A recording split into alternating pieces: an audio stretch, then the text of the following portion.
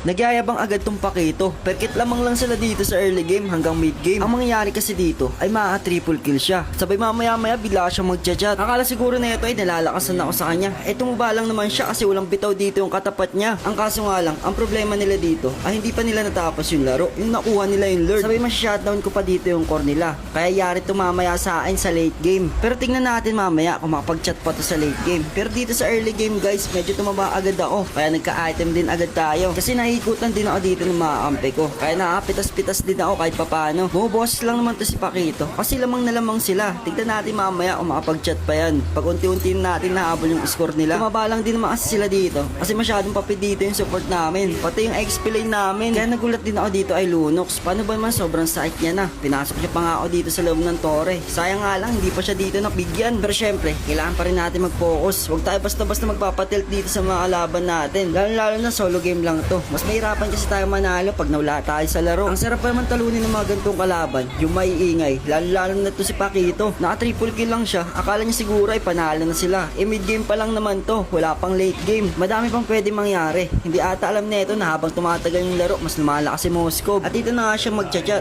Masyadong ampante to si tropa. Hindi ata nito alam na alam ko yung pa-counter sa kanya para hindi niya ako maburst basta-basta. Pag may Pakito akong kalaban guys, namimili lang ako ano yung item ko. Kung mag-anti-kiras ba ako o mag-guardian helmet. Sa pamamagitan kasi nun, makapalag pa tayo at makakasabay sa kanya. Pag kinombo niya na tayo, pwede rin naman tayo mag-win dyan. Pero dito sa laro na to guys, hindi na ako nag-physical item. Hindi na ako nag-guardian helmet dito at anti-kiras. Hindi naman ako nalalakasan dito sa kanya. Tumaba lang naman to kasi hindi marunong yung katapat niya. Kaya guys, pag may mga physical burst kayo ng mga kalaban, ano yung na-item nyo? Para sa akin, ay lang talagang pinagpipilian ko yung dalawang yun.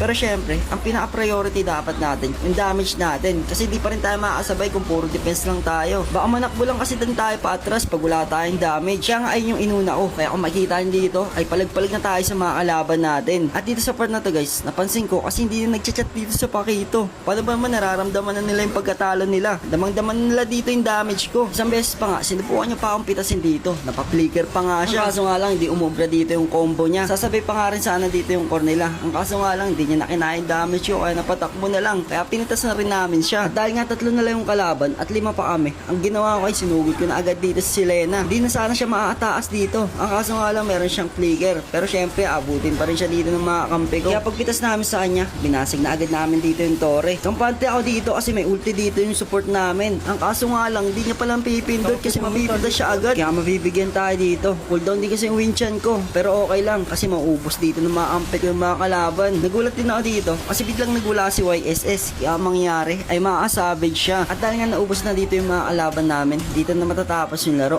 Nice game dito sa mga nakampi ko at nakalaban. Basta early to mid game guys ay magpa-item lang tayo. Para sa late game, yari na yung mga kalaban. Nice game sa inyo. Nagyayabang agad tong Pakito. Perkit lamang lang sila dito sa early game hanggang mid game. Ang mangyayari kasi dito ay triple kill siya. Sabay mamaya-maya bigla siyang magchat-chat. Akala siguro na ito ay nalalakasan ako sa kanya. Tumaba lang naman siya kasi walang bitaw dito yung katapat niya. Ang kaso nga lang, ang problema nila dito ay hindi pa nila natapos yung laro. Yung nakuha nila yung lord. Sabay mas-shutdown ko pa dito yung core nila. Kaya yari to mamaya sa akin sa late game. Pero tingnan natin mamaya kung makapag-chat pa to sa late game. Pero dito sa early game guys, medyo tumaba agad ako. Kaya nagka-item din agad tayo. Kasi nahikutan din ako dito ng mga kampi ko. Kaya nakapitas-pitas din ako kahit papano. Bumuboses lang naman to si Pakito. Kasi lamang na lamang sila. Tignan natin mamaya kung makapag-chat pa yan. Pag unti-unti natin nahabol yung score nila. Tumaba lang din naman kasi sila dito. Kasi masyadong papid dito yung support namin. Pati yung XP lane namin. Kaya nagulat din ako dito ay Lunox. Paano ba naman sobrang sakit niya na? Pinasok niya pa nga ako dito sa loob ng tore. Sayang nga lang, hindi pa siya dito nabigyan. Pero syempre, kailangan pa rin natin mag-focus. Huwag tayo basta-basta magpapatilt dito sa mga kalaban natin. Lalo na solo game lang to. Mas mahirapan kasi tayo manalo pag nawala tayo sa laro. Ang sarap pa naman talunin ng mga gantong kalaban, yung may ingay. Lalo na to si Pakito. Naka-triple kill lang siya. Akala niya siguro ay panalo na sila. Mid game pa lang naman to. Wala pang late game. Madami pang pwede mangyari. Hindi ata alam nito na habang tumatagal yung laro, mas lumalakas si Moskov. At dito na nga siya mag-chat. Masyadong ampante to si tropa. Hindi ata nito alam na alam ko yung pa-counter sa kanya para hindi niya ako maburst basta-basta. Pag may Pakito akong kalaban guys, namimili lang ako ano yung item ko. Kung mag-anti-kiras ba ako o mag-guardian helmet. Sa pamamagitan kasi nun, makapalag pa tayo at makakasabay sa kanya. Pag kinombo niya na tayo, pwede rin naman tayo mag-win dyan. Pero dito sa laro na to guys, hindi na ako nag-physical item. Hindi na ako nag-guardian helmet dito at anti-kiras. Hindi naman ako nalalakasan dito sa kanya. Tumaba lang naman to kasi hindi marunong yung katapat niya. Kaya guys, pag may mga physical burst kayo ng mga kalaban, ano yung na-item nyo? Para sa akin, ay lang talagang pinagpipilian ko yung dalawa dalawang yun.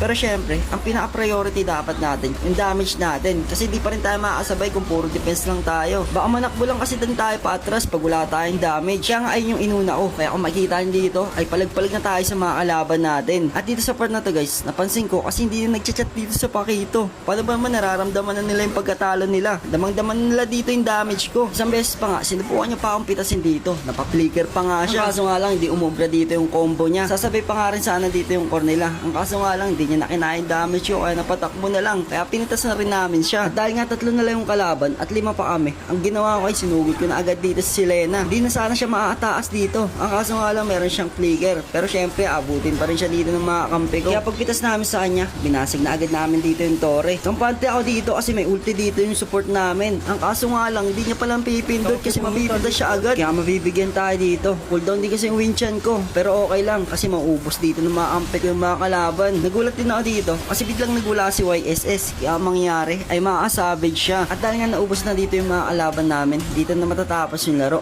Nice game dito sa mga nakampi ko at nakalaban. Basta early to mid game guys ay magpa-item lang tayo. Para sa late game, yari na yung mga kalaban. Nice game sa inyo.